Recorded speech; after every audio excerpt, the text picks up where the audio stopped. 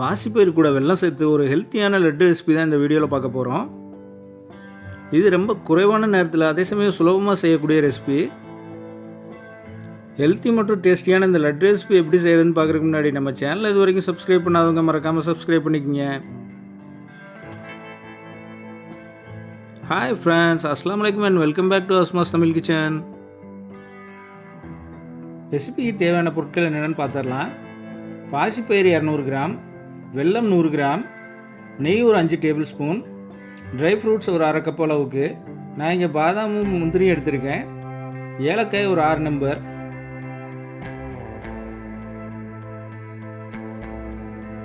முதல்ல ஒரு கடாயில் பாசிப்பயிறு சேர்த்து வறுத்து எடுத்துக்கலாம்.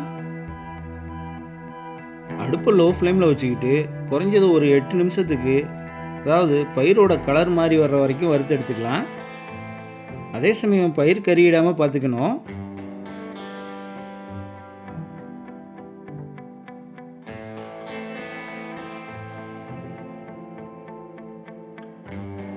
பாருங்கள், பயிர் கலர் மாதிரி வந்துருச்சு.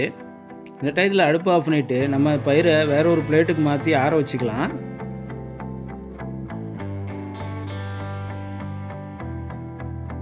சூடு ஆறுனதும் பயிரை மிக்சர் ஜாரில் சேர்த்து நல்லா ஃபைன் பவுடராக அரைச்சி எடுத்துக்கலாம்.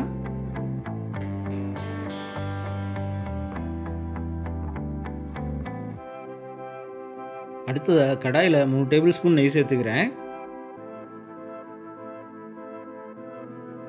நெய் கூட அரைச்சி வச்ச பாசிப்பயிறு மாவை சேர்த்துக்கலாம்.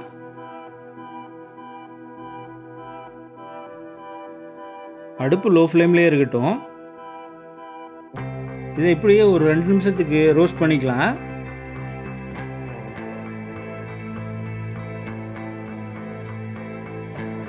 நம்ம ஏற்கனவே சேர்த்தன நெய் ஃபுல்லாக ட்ரையாக வந்தாச்சு.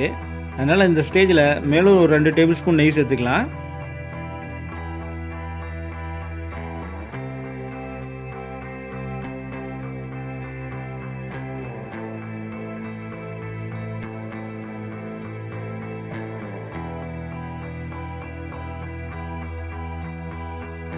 மாவும் நெய்யும் நல்லா கலந்து வர மாதிரி மேலும் ஒரு 2 நிமிஷத்துக்கு இதை அப்படியே கிளறி விட்டுக்கலாம்.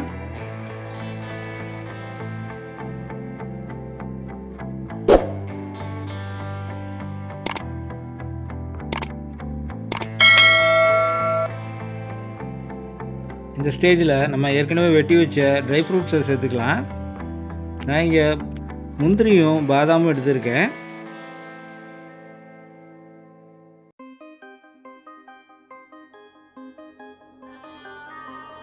நான் இங்கே ஏலக்காய் பவுடருக்கு பதிலாக ஏலக்காயை தட்டி சேர்த்துக்கிறேன். மேலும் ஒரு நிமிஷத்துக்கு கலந்து விட்டு அடுப்பை ஆஃப் பண்ணி வேறு பிளேட்டுக்கு மாற்றிக்கலாம். அடுத்ததாக வெல்லத்தை கடாயில் சேர்த்து ஒரு 2 டேபிள் ஸ்பூன் அளவுக்கு தண்ணி சேர்த்துக்கலாம். இங்கே தண்ணி சேர்த்துறது கரெக்டான அளவுக்கு சேருங்க. அதாவது 2 to 3 டேபிள் ஸ்பூன் மட்டும் சேர்த்தா போதும். அதே மாதிரி நமக்கு இந்த இடத்துல வெல்லம் கரைஞ்சி வந்தால் மட்டும் போதும். ஒரு குறிப்பிட்ட பதத்துக்கெலாம் காய்ச்சணுங்கிற அவசியம் இல்லை.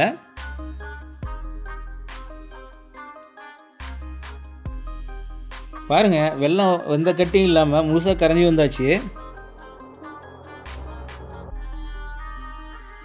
இந்த ஸ்டேஜில் நம்ம ஏற்கனவே ரெடி பண்ணி வச்ச மிக்சரை இதில் ஆட் பண்ணிக்கலாம். ரொம்ப முக்கியமான விஷயம் இதில் என்னென்னா, அடுப்பை எப்போவுமே மீடியம் ஃப்ளேம்லேயே தான் வச்சுருக்கணும்.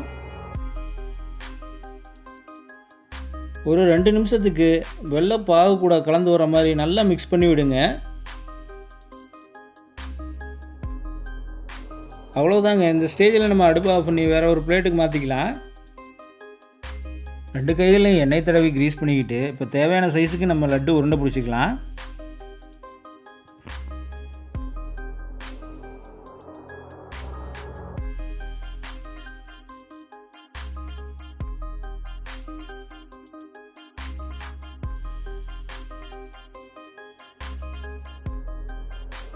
கொஞ்சம் கை பொறுக்கிற சூடாக இருக்கிறப்பவே இதை லட்டு உருண்டை பிடிச்சிக்குங்க.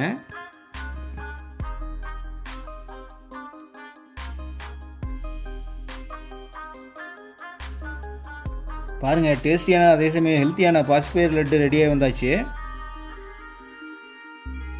இந்த லட்டு ரெசிபியை நீங்களும் வீட்டில் ட்ரை பண்ணி பார்த்துட்டு எப்படி இருந்துச்சுன்னு மறக்காமல் கமெண்ட் பண்ணுங்கள். வீடியோ பிடிச்சிருந்தா மறக்காமல் லைக் பண்ணிவிட்டு உங்கள் ஃப்ரெண்ட்ஸ் எல்லோருக்கும் ஷேர் பண்ணி விடுங்க. நம்ம சேனலை இது வரைக்கும் சப்ஸ்கிரைப் பண்ணாதவங்க மறக்காமல் சப்ஸ்கிரைப் பண்ணிக்கோங்க ஃப்ரெண்ட்ஸ்.